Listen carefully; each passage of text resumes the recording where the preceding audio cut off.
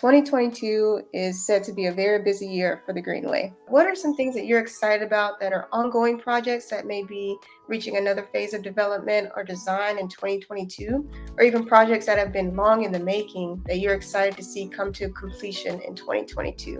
Oh gosh, the thing that I'm most excited about. What does your vision for the East Coast Greenway and the East Coast Greenway Alliance look like in 2022? Yes, thank you, Angela. It's a vision of growth.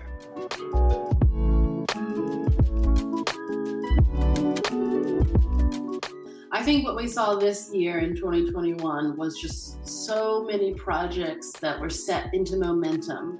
And then what we're going to see in 2022, of course, is those projects being played out. What I'm really excited to see next year is, in North Carolina in particular, is seeing some of these trails actually built that we've been wanting for years to happen. I think North Carolina is going to have a really, really big year for trails in 2022. And speaking of, also in North Carolina, 2023 will be the actual legislatively designated year of the trail. So another bill that passed this year was designating 2023 as Year of the Trail in North Carolina. So it's going to be a year of celebrations for all types of trails across the state. East Coast Greenway Alliance is absolutely going to be one of the leaders involved in that. So that'll be quite a fun year to celebrate all the work that I hope will get done in 2022. In Virginia, of course, as I mentioned, the Fall Line Trail is already rolling full steam ahead. So I'm really excited to see where this funding is going to go. Of course, there's feasibility studies that have to be done, engineering design, and of course the final construction phase. But I think a lot of progress will happen on the Fall Line Trail in 2022. I think we'll probably see even more funding coming through for it. It's really exciting, and I think we're going to see more of that in 2022 as both state and federal funding comes down the line. So I'm very hopeful. I think 2022 is going to be a good year for the Greenway. Yeah, I started off talking about the Miami Underline and how there's been nearly 2 million visits to the first phased opening of 0.5 miles. So it just shows the pent-up demand. So I'm very, very excited about phases 2 and phases 3 of that project, and all the progress and community engagement and activation of the public space that's going to happen as a part of that. Also excited about closing gaps in the St. Johns River to Sea Loop. Florida DOT has a lot of segments already programmed and planned. So in the coming years, there's going to be more and more of the multi-use trail built and ready to explore that 260-mile loop. One area I also wanted to mention actually is St. Lucie County has an 18-mile trail vision and is hoping to have the first phase of that open next year. So I definitely want to give a shout out to St. Lucie County. This is sort of the Fort Pierce part of the state. Further up north in North Florida, of course, the Corda Coast, filling gaps in it and connecting Jacksonville out to the beaches. One project, the Fuller Warren Bridge, which will be open hopefully very, very soon, will be a bike and pedestrian facility over the Interstate 95 bridge over the St. Johns River, connecting communities, connecting neighborhoods, enabling active transportation for people living in the region. In South Carolina, there's so much momentum and leadership in Charleston County, and I can't wait to see the connections so that eventually we're going to see an almost continuous route from the northern end of Mount Pleasant all the way to the end of the West Ashley Greenway on protected facilities with the historic downtown Charleston right in the middle of all of that network. And that is going to be something that's really going to draw a lot of bicycle tourism and is also going to tremendously serve the residents of Charleston County who need to get around safely on foot and by bike. Many of you will know that Central Connecticut has been a bright spot for many years, dominated by the Farmington Canal Heritage Trail, which I just mentioned, which now is all in either construction or design and is all funded in Connecticut. So that includes New Haven Phase 4, which is in construction now, will be complete late next year.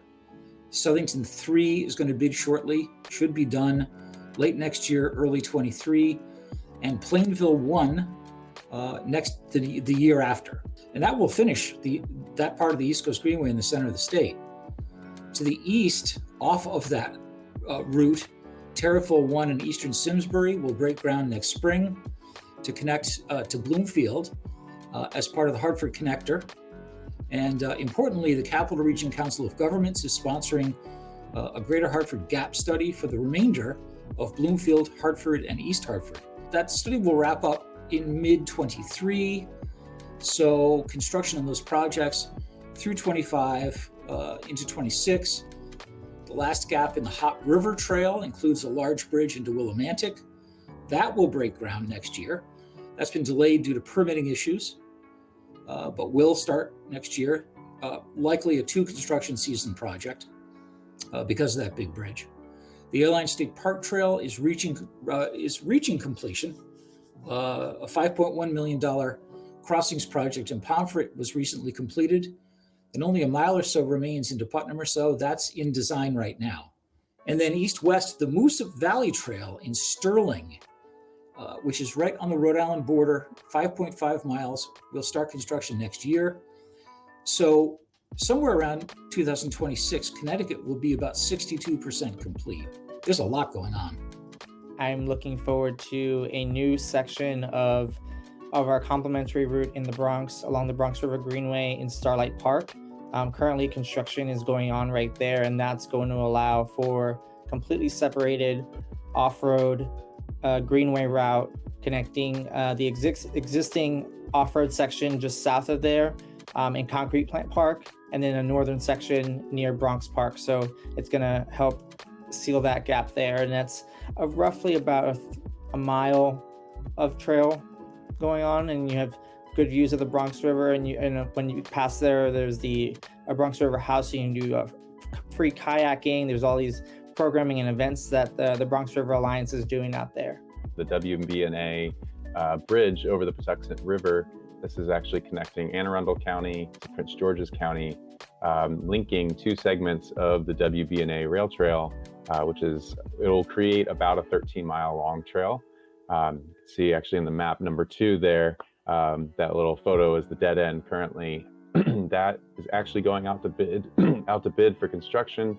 I believe the website says 12 to 18 months for construction, so that could push it into 23, 24 when it's all said and done. Hopefully no more delays. I know people have been waiting on that for a really long time, but that will actually help us move the route. We've got a little arrow there showing that our interim route, while we're waiting for these trails to be built, looking for lower stress roads where there are options. These are not all low stress. That will actually move up to be on those trails of the WB&A. So that's really exciting. At least construction will hopefully get started in 2022. If not, get really far along so we can have an opening sooner than later. And then there's lots of gaps being filled in DC. That's where the number 1 is there. And then also in Baltimore, there's trails under construction and in planning in a lot of these metro areas. And there's really great progress with the trail coalitions around each of those areas, including Anne Arundel County. So this whole DC to Annapolis to Baltimore segment of the East Coast Greenway is actually over 2/3 done. So it'll be just about like 100 miles or so. So you imagine the type of weekend or maybe long weekend trips that folks can start taking that have transit connecting on the MARC line between DC and Baltimore. So some incredible possibilities are opening up in Maryland and DC, as well as throughout the region. There's a lot going on in the region overall, but I think with the recent passage of the bipartisan infrastructure bill, that we're looking forward to the investments that are being made possible by the Biden administration to increase the safety and mobility for people all across the country throughout the Greenway corridor, and not just for vehicle traffic. And I'm looking forward to the hard work of connecting partners with the resources that are going to be available through that bill. It's definitely going to be hard work to figure out exactly what's available and who's eligible and what would work best where. But please don't hesitate to reach out if you have questions about that bill and what funding might be applicable for your project, or if we're able to help you either advocate for your project at the state or federal level, or if we can help you apply for any of the competitive programs that are going to be new competitive programs that are going to be created by that piece of legislation. over 1,000 miles of completed Greenway, connecting beautiful communities and nature, people, building community in a time that's so divided like now. It's so critical. This work is so critical. So we've achieved a reality now, but it's not done. We don't have 3,000 miles of Greenway. It's not family friendly. I wouldn't recommend a small child or even many seasoned cyclists bike the whole thing yet. I want to be clear. It's a work in progress. What our vision is for next year is really getting toward completing the Greenway. We have this historic moment where our country is investing in infrastructure like never before. And what are we going to do with that moment? If you and I step up, as volunteers, as staff, as donors, as partners, if we step up in this moment, we could complete the Greenway. I'm just so excited to work with our whole team, our staff, our volunteers, our donors, everyone. But I just want to thank everyone who's involved in this Greenway reality that we have now. And I would love to work with you to get it done in the years ahead, starting with 2022.